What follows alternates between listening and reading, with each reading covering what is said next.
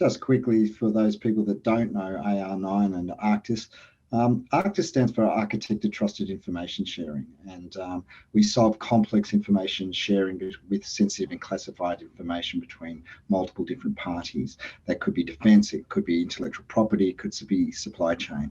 We're trusted to safeguard the world's most sensitive information, and by the end of this presentation, I think you'll agree that that's not an ambition, that's what we're doing today, and that is our growth market. So we'll jump a couple of slides past the disclaimer, and we'll jump into why would you invest in us? What is the value proposition? Well, the first thing I would say is we're a proven, experienced team. We've got obviously Kurt Muffleman, who's the global coup in the US. He's run billion-dollar tech companies before. Kylie Sheether, the CFO, who's also been with ASX listed tech companies previously. And on the board, we have Miles Jageman from Citadel Group fame and Leanne Graham from the Zero growth story, unicorn story there with the accounting software company. So we've got a proven team. It's a validated team. It's an experienced team. You often don't want to look past the good quality of the people that are invested in the company.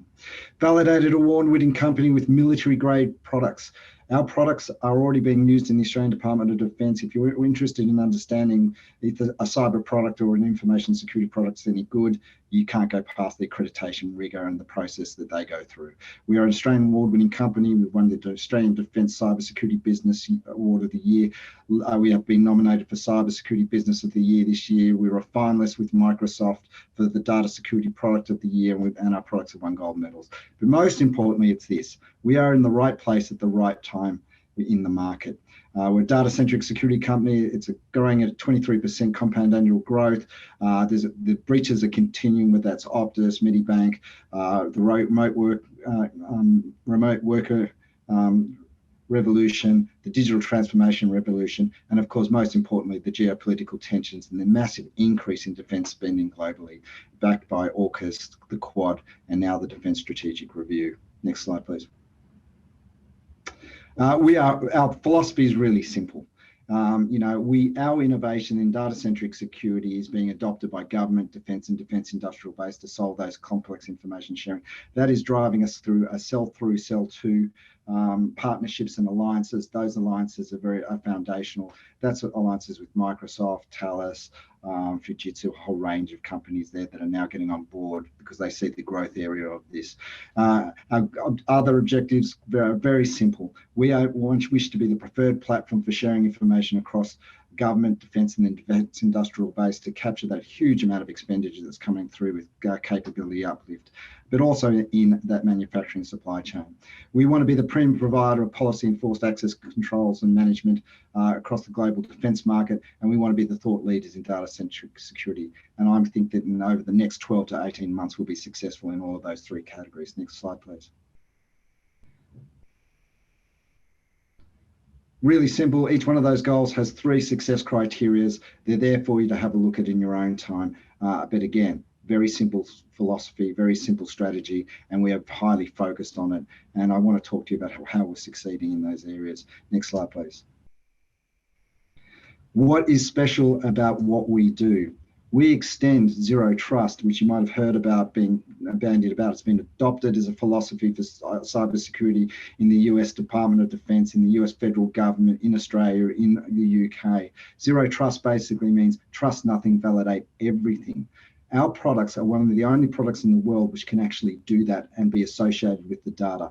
We can take information about the user, the location, the networks, the data, and then we have these policies associated with the data or object which then deny or access that information or change the access to that permissions that they can see. Whether or not they're at a cafe and they open it up and they can read it, but they can't change it, they can't send it. Whether they're in the office and they can actually collaborate on that information. Whether they're at the airport and they can't read it, they can't write it, or if they're in Hong Kong and they can't see it at all. So all those dynamic rules we change on the fly against the risk profile for people interacting with data wherever it is and wherever it travels. Next slide, please. And of course, that solves enormous problems for the Department of Defence, which has allies, whether it's got to share information, which is sensitive or classified, and we are winning that. With market validation, we've done 13 million up to date.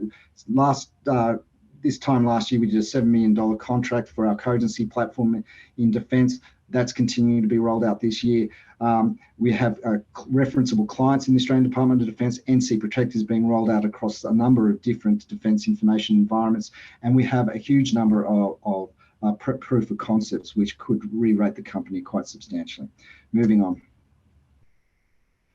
Okay, just over the last quarter, we're also increased our services dramatically because we are now being engaged by the Australian Department of Defence to write their data-centric security architecture for the defence program, the defence data program. That's very substantial. That shows you how trusted and integrated we are with the Australian Department of Defence in solving these problems. That's going to have a slingshot effect for pulling through licenses over the next 12 to 18 months. I'm confident about that. South Korean companies, so a number of companies there that are entering our market, they're buying the platforms and the products. Again, defence agencies have selected NC Protect, other defence agencies are selecting Defence Connect, NC Protect and our other products, multinational manufacturing, and obviously we've got the renewal of cogencies with huge companies like SAP, which are using it now globally. Next slide, please. So quarterly highlights. Strong top line revenue growth over the last quarter. That is the last 3 quarters that we've got strong growth, triple digit growth from previous comparative periods. A good annual revenue outlook this year, probably a very difficult market for most tech companies, and with the tech disruption that's been happening with the stock market. We've closed a number of deals in multiple different markets globally. Industry acknowledgement, again, this year we were nominated to be a finalist with Microsoft, continued alliance acceleration with Microsoft, TALUS, NetApp, and now Fujitsu, and of course a positive market outlook from the Australian Defence Strategic Review, which has been in the news a lot lately. Next slide, please. Just on those figures, a couple of highlights there. Obviously, the growth from Q3 on licensing revenue, I'm not concerned by that because what you'll look there and see is the huge increase in services revenue. And as I said, that's going to have a slingshot pull through of licensing revenue and annual recurring revenue with our clients. One of the reasons I'm confident about that is because those services revenues are us consulting with our clients on how they would actually deliver those products and implement those products. Total revenue is the big story there, 107% growth on the previous comparative period. And of course, annual recurring revenue is also up. Next slide, please. Importantly, obviously, OPEX is decreasing as we're growing. And of course, we're heading towards cash neutrality and cash flow positive over the next 6 to 8 months as well that we're targeting. Defence Strategic Review. So what's the outlook? This has been a real boom for us.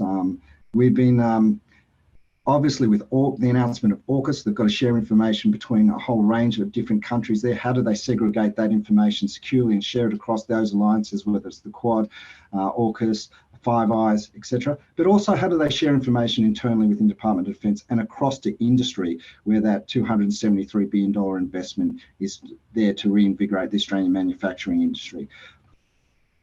Defence Strategic Review was written by our former chair, Dr. Stephen Smith, and most importantly, it's got clear investment horizons. It is all about sharing of information and cybersecurity themes, and we see that we're in a very strong position to gain from that over the next 3 to 4 years. Next slide, please. Continued alliance traction.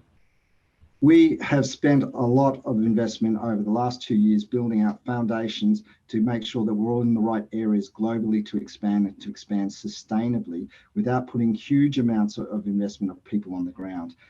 We obviously with Nexium Edge from TALUS, that has led to a number of different opportunities. Proof of concepts now starting to be done. Obviously with Microsoft Security Excellence Awards, that was led by the US Fed executive team. We didn't win that, unfortunately, but it goes to show where an Australian company is in the minds of the US giant. And of course, we're a co-sell agreement with that as well. NetApp is about diversifying ourselves and not being so dependent on Microsoft as well, but also opening up new opportunities. And of course, storage is everywhere. It's a massive market. Next slide, please. So why invest now? I think we're in the right place at the right time. As I mentioned, we've got a validated team which has executed previously and has great depth of experience. We were validated by our alliances and our partnerships. We have been validated by our clients and customers, Northrop Grumman, TALUS, Raytheon Partnerships, Australian Attorney General's Department, SAP, big names that are coming to the table and expanding us as well. And finally, I think most importantly, we've done all the hard work, and I think we're on a year. The next 12 months to 18 months is one of that inflection point for ARCTIS and the growth that's coming. So right time, right place. Thank you very much, Tim. Thanks, Daniel. Lots of questions coming through here. Lots of questions. I bet there are. They're really hard. They keep coming. Now, in terms of the data breaches we've seen from Optus and Medibank and Latitude, which you touched on, how have these impacted the company, and where does the private sector fit relative to the public sector in terms of your client base? Well, obviously, we're heavily focused. I mean, being such a small size cap, we've got to make sure that we're going to cement our foundations of foundational revenue before we expand further into diversified markets. What we did look at earlier, a couple of years ago, was diversifying quickly and across the different verticals. And what we found was the cost of the use cases, the marketing and everything was going to just dilute and kill the company. So we've been very focused on winning this space. Why? Well, defence is recession-proof. In terms of expenditure in GDP, it's massive. However, we're not ignoring that market. We are now using our partners and our implementation partners, which are in finance and across those other different verticals, to take us to market through reseller agreements. So we're not actually, we're not direct selling, but we have got partners now active in across all of those. And of course, I mean, most recently there was that US case where the young administrator posted information, defence information on the internet. I mean, I think we had 4 calls the next day. So we aren't ignoring it, and we're running those deals. And as you saw with some of those deals they announced, they're not all defence deals. Like you said, right place, right time, strong tailwinds here. So with the government in Australia, obviously defence and security has kind of been front and centre, particularly in the press. How will the defence and strategy review affect your business going forward, and what opportunities do you see from the increasing spending? And are you getting a lot more leads, and is the time frame closing down in terms of being the government acting quicker? Look, I absolutely a really critical question, Tim. There's a couple of things which have come out from the both Minister Richard Marles and Pat Conroy. The DSR completely says that the long procurement processes and competition for competition's sake is just ridiculous. We no longer have time to go through these, super long sales processes. So, we are working with them on a number of different ways of procuring the product. A good example is Cogency and NC Protect in the Department of Defence has never gone to competition. Over the last 18 months, every sale we've done has been sole sourced. I expect that we're going to see greater and faster adoption for a whole range of different products and companies through that defence DSR.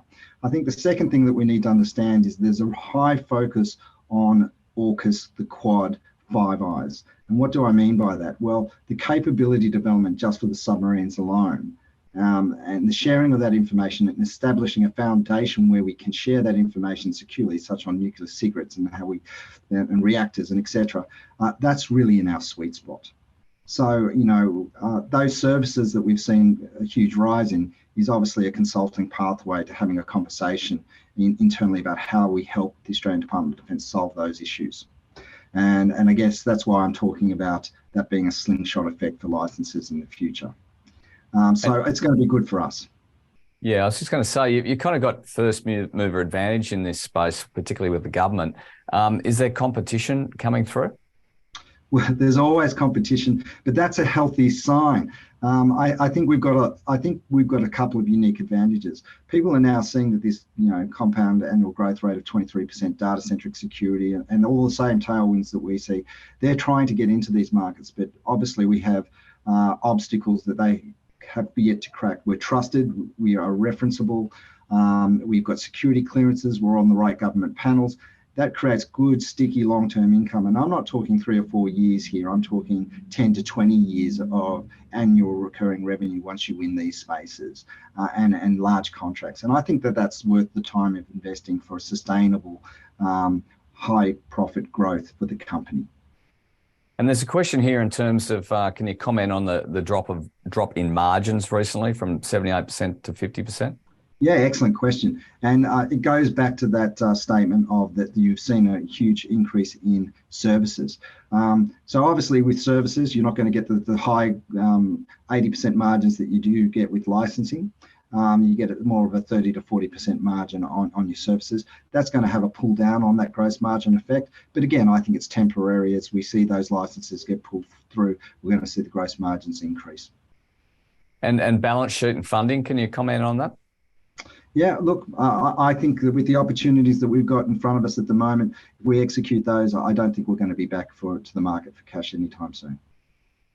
Daniel, that's great. That's all we have time for. There's a number of other questions. I'll shoot them through to you over the weekend. We've got their email addresses if you don't mind answering those questions at some point. Happy to. Thanks again, Tim, and thanks to the audience for sticking on to hear our little chat. Thanks, Daniel. Congratulations on your progress.